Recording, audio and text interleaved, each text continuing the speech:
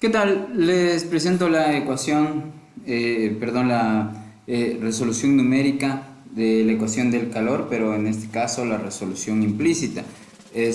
Como podrán notar, si ustedes comparan esta expresión de aquí, que en pocas sería la misma ecuación del calor, salvo que en vez de poner la primera derivada de u con respecto al tiempo, pongo su aproximación en diferencias finitas, tal como luce aquí.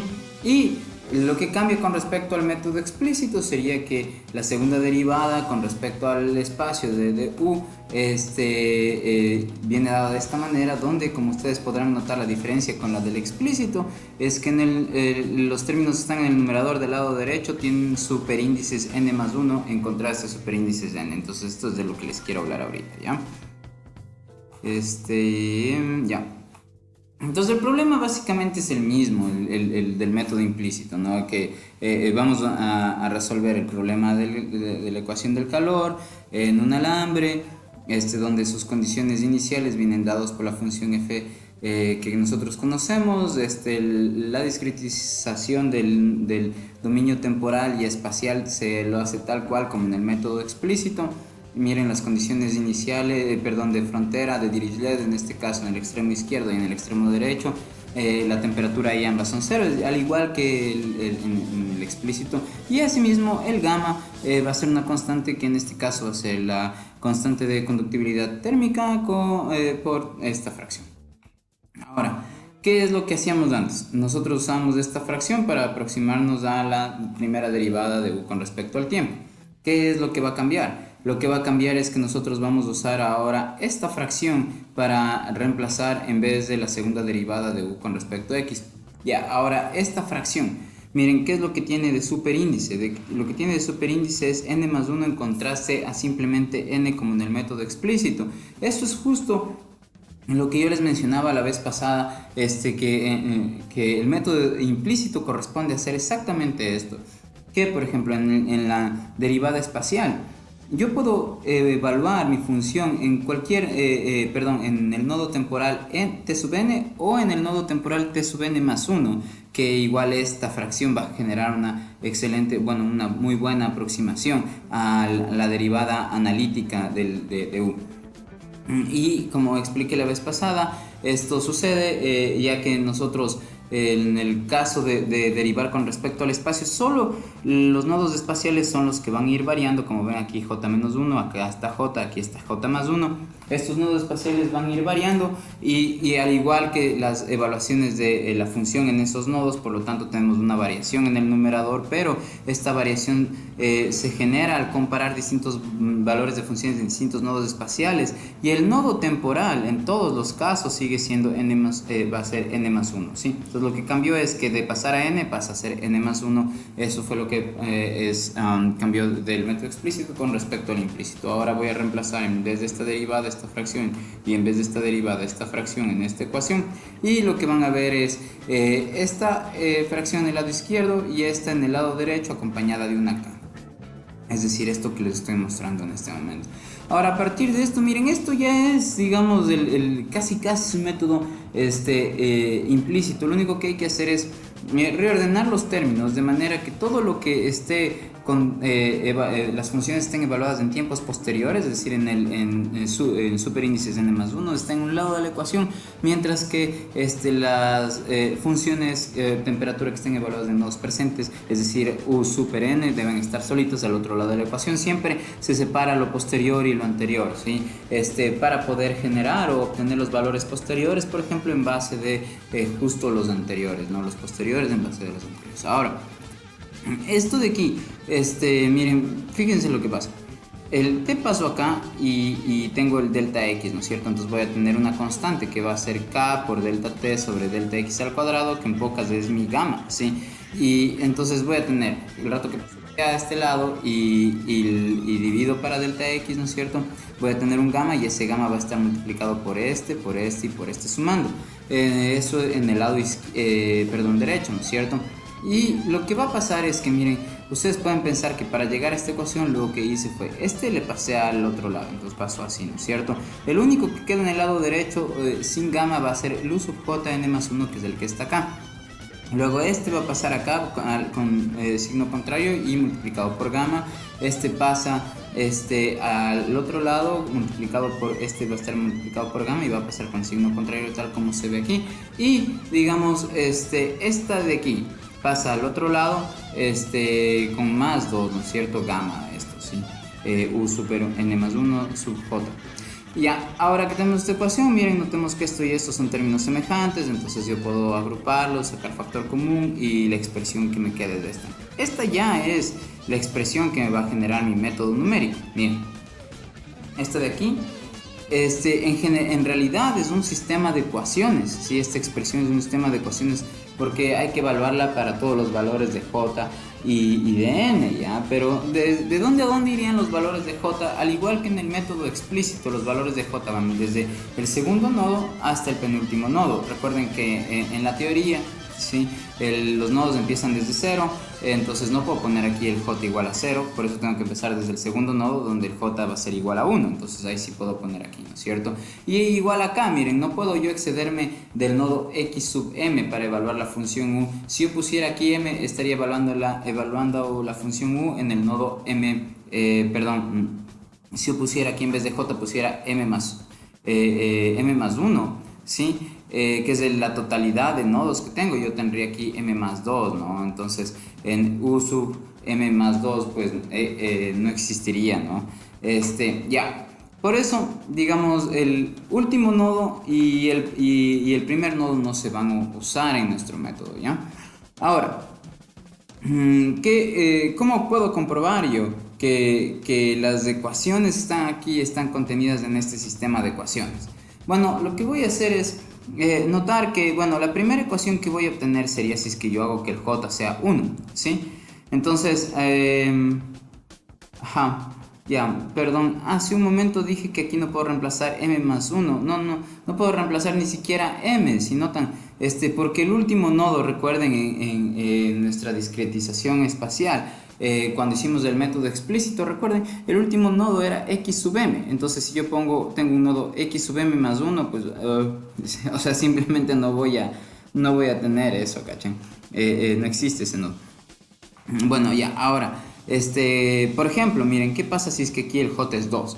Perdón, si el j es 1. Si el j es 1, entonces yo voy a tener u sub 0, pero el u sub 0 es justo para el tiempo t sub n más 1. La temperatura en el vértice, en el extremo izquierdo de mi alambre, ¿sí cachan? Entonces ese valor sí conozco y entonces esto de aquí va a ser un valor conocido y va a pasar al otro lado y justo pasa al lado derecho donde está el vector de resultados, ¿no? Miren, cuando el j es 1 aquí yo voy a tener 1, aquí en cambio voy a tener 1, y aquí voy a tener 2, ¿no es cierto? Entonces esto va a ser u sub 1 y u sub 2. Miren, ¿qué pasa si multiplico esto por esto? ¿Y qué pasa si multiplico esto por esto? Pues recupero este término y este término cuando el j es 1, ¿sí? Y en el lado derecho esto se convierte, el u sub 1 n va a tener sumado esto al otro lado, ¿sí? Tal cual se ve aquí. Ahora, miren, ¿qué más podemos hacer para comprobar? Pues miren, veamos la ecuación de acá abajo, si quieren, ¿ya? La ecuación que saldría si yo multiplico esta fila por esta columna, ¿sí? Entonces eso debería devolverme el lado izquierdo de la segunda ecuación que estaría encriptada o escondida en esta expresión matemática. ¿Cómo yo sacaría esa segunda ecuación? Primero preguntémonos. Si es que yo, por ejemplo, reemplazara aquí en vez de 1, reemplazara 2, ¿no es cierto? Esa es la segunda ecuación que me saldría, porque recuerden que esta expresión sirve para todos los j que van desde 1 hasta m-1. Entonces, si yo reemplazo el 2, el valor de j igual a 2, estaría reemplazando el segundo valor de los posibles que puedo tomar para los cuales funciona esta expresión. Entonces, si yo pongo 2 de aquí, 2 menos 1, esto me da 1, ¿no es cierto? Entonces voy a tener u sub 1, aquí voy a tener u sub 2 y sub 3 y todos tienen n más 1 arriba, ¿no es cierto? Entonces, el lado izquierdo de la ecuación que me sale debería estar recuperado por el producto de esta fila por esta columna. Entonces, en efecto, eso sucede, miren. Yo voy a multiplicar este por este y me devuelve esta expresión, ¿sí? Miren, multiplico este por este y me devuelve esta expresión. Recuerden que el del medio se hacía u sub 2, al igual que acá, para cuando yo hacía que el j sea 2, ¿no es cierto? Y miren qué pasa si es que yo multiplico, perdón, este de aquí por este de acá, pues me va a devolver este término. Recuerden que este de aquí se hacía u sub 3 cuando el j era 2, por lo tanto recupero el lado izquierdo de mi ecuación y el lado derecho va a ser simplemente cuando el j es 2 u sub 2 super n, y así. Entonces, esta es la expresión matemática que nos ayuda ya a resolver nuestro método numérico. Ahora, fíjense que, ¿cómo resolverían esto? Bueno, esto es fácil, escribir esta matriz tridiagonal, ya lo han hecho algunas veces. Este va a ser su vector, que les devuelve al programar esta matriz y ingresar el vector de resultados. Miren, este es el vector de variables, y justo cuando ustedes hacen esta matriz, backslash este vector en el octave, entonces les va a devolver este vector de variables. Pero, ¿qué es este vector de variables de aquí? Fíjense que esto va a pasar también para todas las n, no solo, esto va a pasar para todas las n, de hecho, y mientras que esta expresión de acá sucede para todas las j que van desde 1 hasta m-1, mientras que esto sí sucedería para todas las n.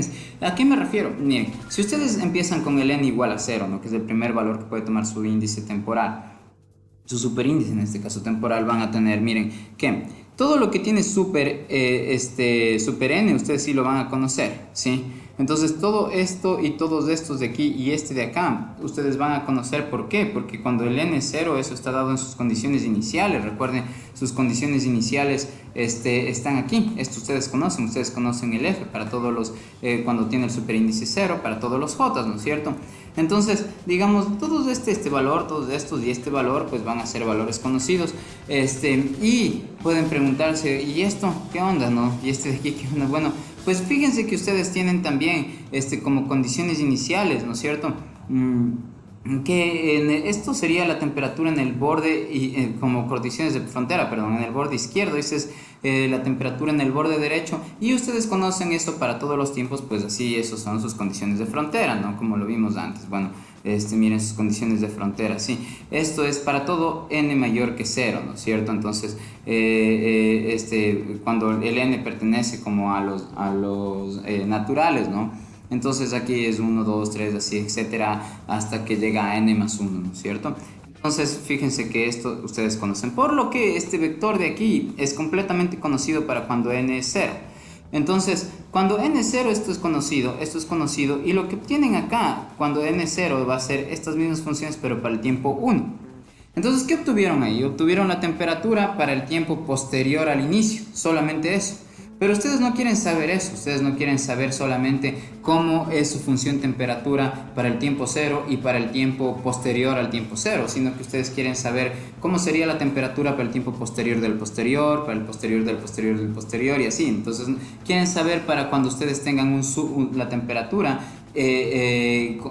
con un super n 0, 1, 2, 3, 4, 5, etcétera, ¿sí cachan? Para distintos valores de n. Entonces, ¿qué es lo que tendría que hacer aquí? Simplemente repetir el proceso, es decir, una vez que yo ya hallo todos los valores de las temperaturas para los tiempos 1, recuerden que ya tenía las temperaturas para los tiempos 0, con n igual a 0, entonces ahora voy a tener las temperaturas cuando tengo n1, ¿no es cierto? Ahora, este valor de aquí va a convertirse en la información, en el insumo que voy a necesitar para mi siguiente iteración. Es decir, esta ecuación matricial tiene que resolverse una y otra y otra y otra vez, de manera que lo que obtengo al hacer la primera resolución de esta ecuación matricial, que lo obtendré en octave si hago esto backslash con esto, la primera vez que hago eso obtengo u super 1, ¿sí? Toda la distribución de temperaturas en el espacio para el tiempo posterior t super 1, ¿no es cierto? Para el tiempo, perdón, t sub 1. Sí, ahora, como ustedes quieren hacer eso una y otra vez, entonces si usan el tiempo como el tiempo n, el tiempo t sub 1, es decir, su superíndice n es 1, ¿qué obtendrían aquí? Tendrían las temperaturas con un superíndice 2. Entonces, Para ello necesitamos saber cuáles las temperaturas para el tiempo 1 y eso es justo lo que acaban de obtener tal como les relaté, ¿no es cierto? Entonces vuelven a hacer eso, vuelven a resolver esta ecuación matricial, cómo pues ingresan los resultados que obtuvieron aquí, ¿no es cierto? En el vector de resultados, todos estos sumandos y estos van a ingresar en el vector de resultados, suman esto y así obtienen su vector de resultados. Esos valores los van a tener para cuando n sea 1 y cuando hacen esta matriz backslash ese vector que tienen les sale u super 2. Después ponen los resultados de super 2 de aquí y con esta matriz hacen esta matriz backslash de super 2 y obtienen un super 3 y así. Voy a hablarles de esto en la siguiente diapositiva.